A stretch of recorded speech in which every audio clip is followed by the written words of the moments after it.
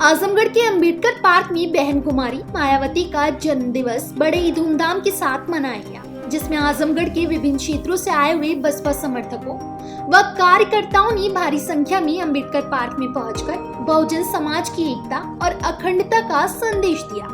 वह सर्वप्रथम कार्यक्रम की शुरुआत मुख्य अतिथि हरीश चंद्र गौतम के द्वारा बाबा साहब भीमराव अंबेडकर व मान्यवर साहब काशीराम की प्रतिमा पर पुष्पांजलि अर्पित कर शुरू किया गया। इसी क्रम में आजमगढ़ के विभिन्न क्षेत्रों से आए हुए बसपा के पदाधिकारी व कार्यकर्ताओं ने भी बहन कुमारी मायावती के जन्म दिवस पर मिशन को आगे बढ़ाने का संकल्प लिया।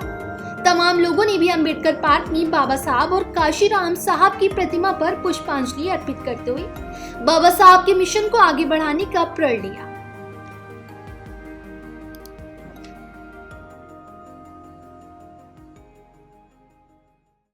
जब जिंदा थे तो उसी समय से माननीय बहन कुमारी मायावती का जन्मदिन बहुजन समाज पार्टी को मजबूत करने के लिए आर्थिक दिवस के रूप में वो मनाते रहे हैं। लेकिन जब बहन कुमारी मायावती जी 1995 में जब मुख्यमंत्री बनी, तब से लेकर के अब तक हम बहन जी के जन्मदिन को जन कल्याण दिवस के रूप में हम लोग मनाते हैं और उनके जन्मदिन पर हम लोग यही संकल्प लेते हैं कि हम लोग संघर्ष करके गांव-गांव में बहुजन समाज के मिशन और मूवमेंट को, जिसको बाबा साहब डॉक्टर अंबेडकर ने, मान्यवर काशीराम साहब ने आगे बढ़ाया था, उसी मूवमेंट को लेकर के आज बहन जी चल रही हैं।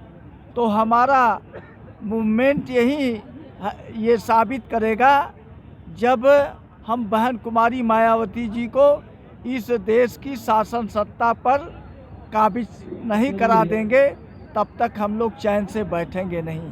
बात उत्तर प्रदेश की हो रही है कि दिल्ली की? यह उत्तर प्रदेश में ही नहीं, पूरे देश में बहन जी की जयंती मनाई जा रही है।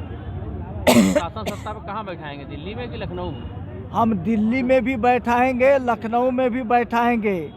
आज लोग बहुजन समाज पार्टी को बहुत कमज़ोर मान रहे हैं, लेकिन मैं ये कहना चाह रहा हूँ कि आज भी बहुजन समाज पार्टी की ताकत, जितनी भी इस देश में राजनीतिक पार्टियां हैं, वो सबसे मजबूत इनके पास ताकत है। जिन लोगों ने सत्ता बनाई है या कुछ उनके एमपी एमएलए चुने गए हैं, वह अकेले नहीं बल्कि कोई 10 दलों से गठबंधन किया है, कोई 20 दलों से गठबंधन किया है, कोई 31 दलों से गठबंधन किया है, लेकिन बहुजन समाज पार्टी अकेले अपने बलबूते पर ये चुनाव लड़ करके वह बहुत ज़्यादा से ज़्यादा उन्होंने बहुमत हासिल किया है।